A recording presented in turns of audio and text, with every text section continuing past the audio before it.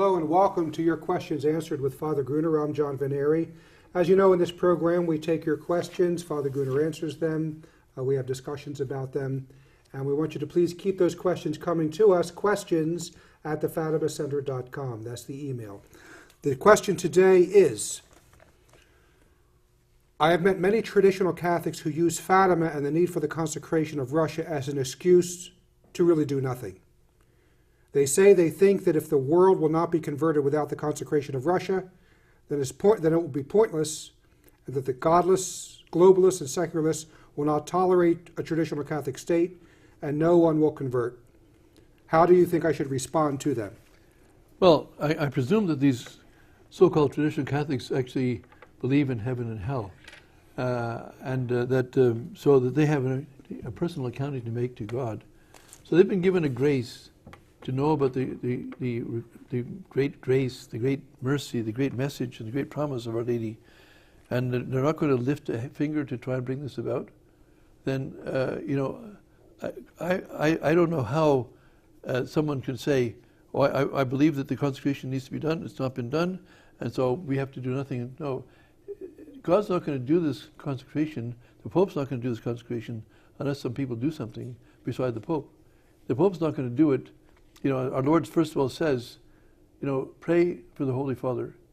So when Lucy says, well, the Pope most likely won't believe me unless you move with a special grace, our Lord answers and says, he didn't say, I will do that with a special grace, but he does say, you've got to pray for him.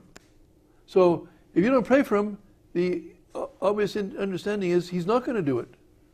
So if people just sit back and we have nothing to do because it's way up to the Pope, it's nothing for us to do. I'm sorry, the message tells you you're supposed to pray for the Pope. So you know the message and you don't do anything about it, then shame on you.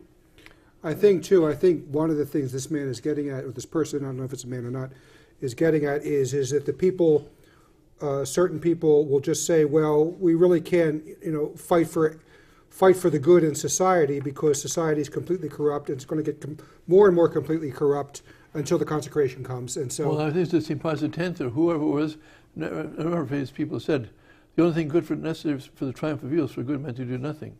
So for good men, allegedly good men, they're not really good men if they do nothing, frankly. If they don't do anything, then it's their fault.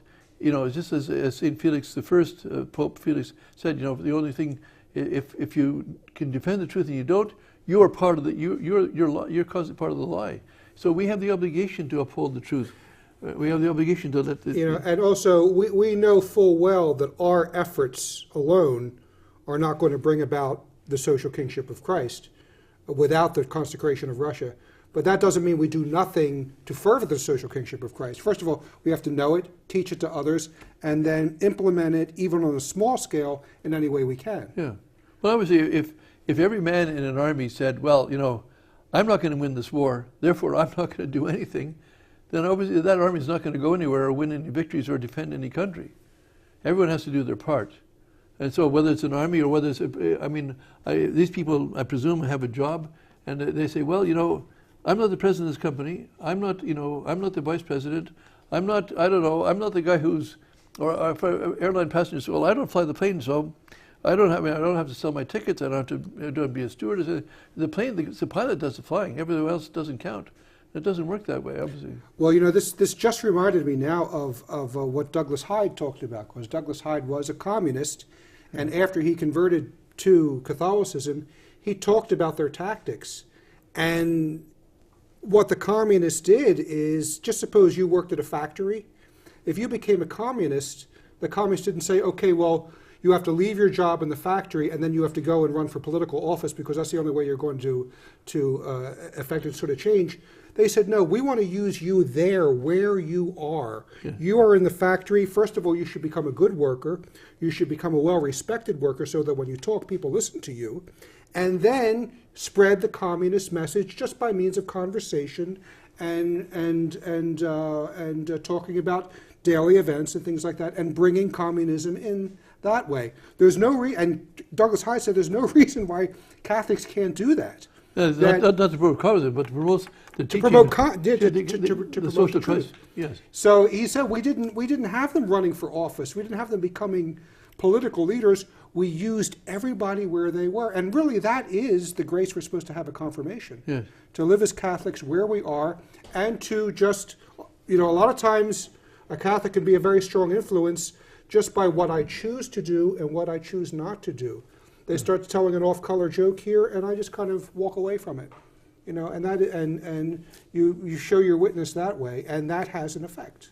And the other thing, but my point, all of that I agree with. My point I'm getting at, though, is I think that traditional Catholics, they sit back, well, let's just let the Pope do his job and nobody else. Or just let Father Gruner do his job and nobody else. I mean, we're not going to win with that attitude, that's for sure. So they should do something to advance the cause of the consecration. Tell their friends about it. To answer when people raise up stupid questions. There's plenty of those. And to nicely, charitably, but nevertheless let the truth be known to where you are at that time. Because this I think we're sitting close to the edge of war, major war. Not because I think it's going to happen, it's because there's so many signs out there that we're close to it. And people would say, well, we're going to do nothing.